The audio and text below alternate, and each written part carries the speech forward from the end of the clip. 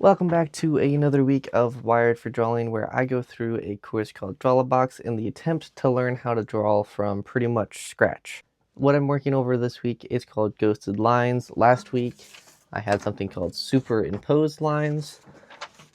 In today's video, I'm going to be going over the exercise called Ghosted Lines, and it's broken down into 3 steps. The first step being planning, then preparation, then execution. All of it's relatively simple, probably even easier than last week, so let's just get started with the video and roll the intro.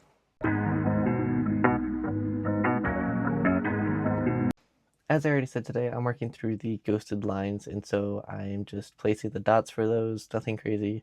This is just how you get started with it, and it's to help prepare for it and plan for it.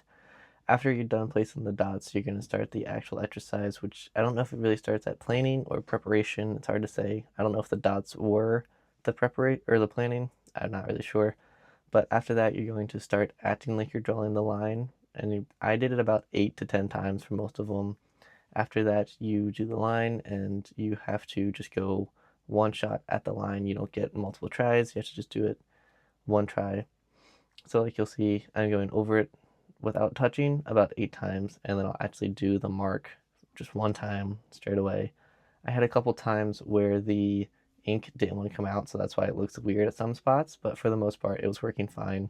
I did have certain points where I would miss the mark by quite a lot, and that's just part of the exercise. It happens regularly and it's not a big deal in the end, but it did happen quite frequently for me, and it feels weird not being able to control it and not really being able to fix it right away because I don't really know what I'm doing, but I did the best that I could.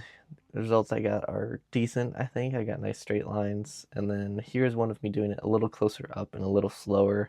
So like I've been saying, I went over it about 8 times and just kind of took the time using my shoulder, not my wrist, but my shoulder the whole time, making sure I was ghosting it properly, and then when I was ready, I just did the mark and went with it. So that's pretty much all there is to this exercise. It's nothing crazy. After doing the ghosted line exercise, I have to say it was a lot easier than I thought it would be, but it also could be because I wasn't doing something right.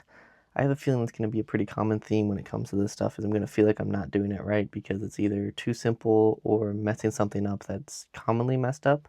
But other than that, I feel like the lines I have are pretty normal. I don't have too much wobbling, which is good, but I do have some arcs and then some spots where the line obviously didn't hit its mark, which is common to start, so it's not like I'm starting off in an unusual spot.